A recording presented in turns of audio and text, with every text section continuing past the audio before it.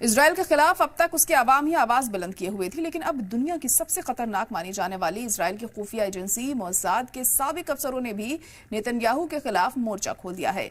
उन्होंने जंग को फौरन खत्म करने की मांग की है। हालांकि उनको नाइंसाफी के खिलाफ आवाज उठाने की सजा भी मिली है और नेतन्याहू ने अपने खिलाफ उठने वाली आवाज को दबा दिया।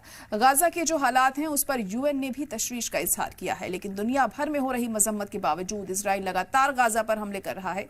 देखिए रिपोर्ट।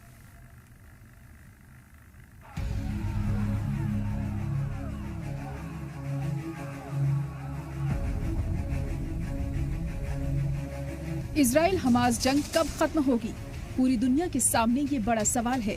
गाजा में अमन कायम करने की कोशिशें जारी हैं, मगर कामयाबी नहीं मिल रही। इस बीच खुद इजराइल में गाजा जंग को खत्म करने की आवाज उठ रही है।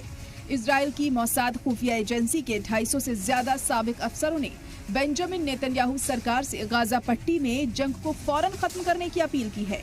इजराइल की सरकारी मीडिया के मुताबिक मोसाद के साबिक अफसरों ने सरकार को लेटर लिखकर ये मांग की।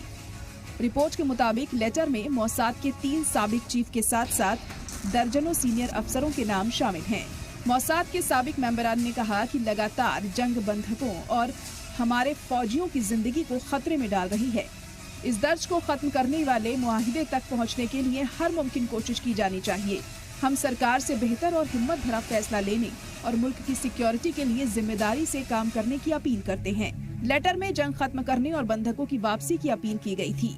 लेटर में ये भी कहा गया था कि गाजा में जारी जंग का अहम मकसद सियासी और जाती मफाद को पूरा करना है। इसका कोई सिक्योरिटी से लेना देना नहीं है। इससे फौजियों और बंधकों की जिंदगी खतरे में पड़ रही है। वहीं लेटर सामने आने के बाद दस्तखत करने वालों में शामिल रिजर्विस्ट्स की सर्विस को खत्म कर दिया गया। हालांकि इन खतों को देख बेंजामिन नेतन्याहू भड़क गए। इजराइल के पीएम नेतन्याहू ने बर्खास्तगी के फैसले की हिमायत की और ऐसे लेटर्स की मजम्मत की।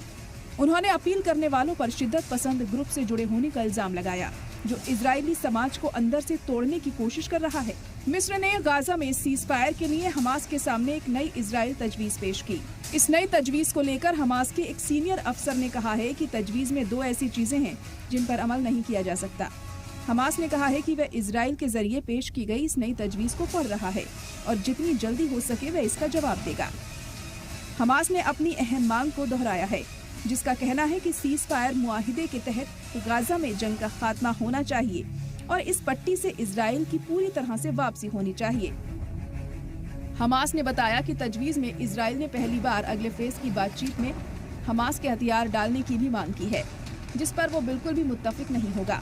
फिलिस्तीनी और मिस्र के जराये ने बताया कि सीज फायर को बहाल करने और इजरायली बंधकों को आजाद करने के लिए काहिरा में पीर को बातचीत का नया दौर बिना किसी कामयाबी के खत्म हो गया।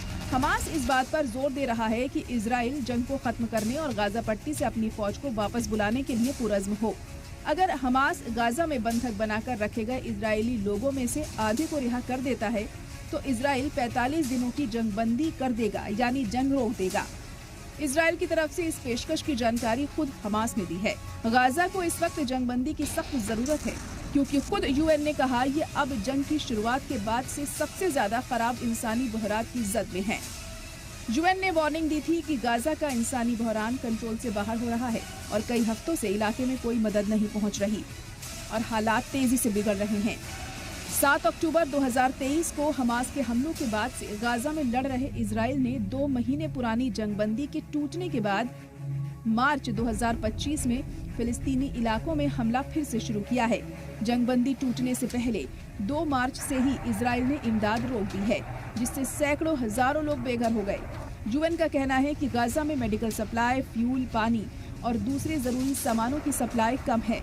इजराइल ने अपने जारहाना हमलों में गाजा पट्टी को 2 हिस्सों में बांट दिया है।